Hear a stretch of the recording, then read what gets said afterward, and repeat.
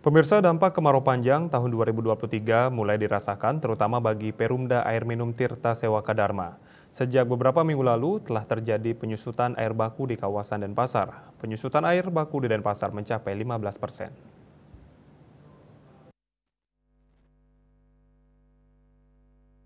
Penyusutan itu membuat Perumda Air Minum Tirta Sewaka Dharma Kota Denpasar harus melakukan upaya pembuatan alur air agar bisa produksi normal. Direktur Teknik Perumda Tirta Sewaka Dharma Kota Denpasar Iputu Yase mengatakan proses kemarau panjang saat ini sangat berimbas kepada produksi air di instalasi pengolahan air IPA Intake. Dengan kondisi tersebut, Perumda harus berupaya melakukan produksi agar pasokan tidak berkurang. Upaya tersebut melalui pembuatan alur air agar air bisa ditampung. Upaya tersebut menurutnya cukup efektif sehingga proses produksi air tidak menurun. Dengan pembuatan alur air itu, produksi masih tetap 1.200 liter per detik. Itu juga pihaknya harus bekerja keras karena debit air yang menurun hingga 15%.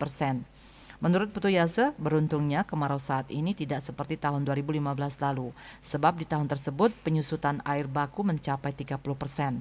Putu Yase mengatakan Badan Meteorologi, Klimatologi, dan Geofisika BMKG memprediksi hujan akan turun pada pertengahan November 2023. Jika itu terjadi, maka proses pengolahan akan kembali normal.